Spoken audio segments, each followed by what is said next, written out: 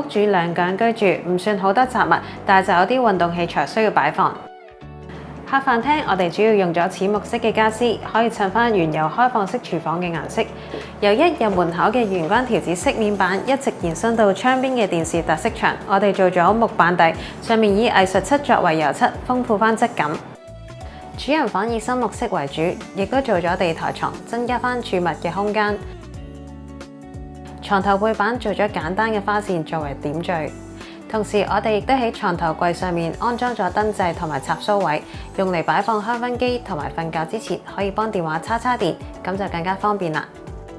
屋主兩個人都係有做開運動嘅，所以呢個房間我哋做咗一個大啲嘅收納櫃，俾男戶主可以擺放翻單車、健身器材，而女戶主亦都可以喺呢間房度做瑜伽。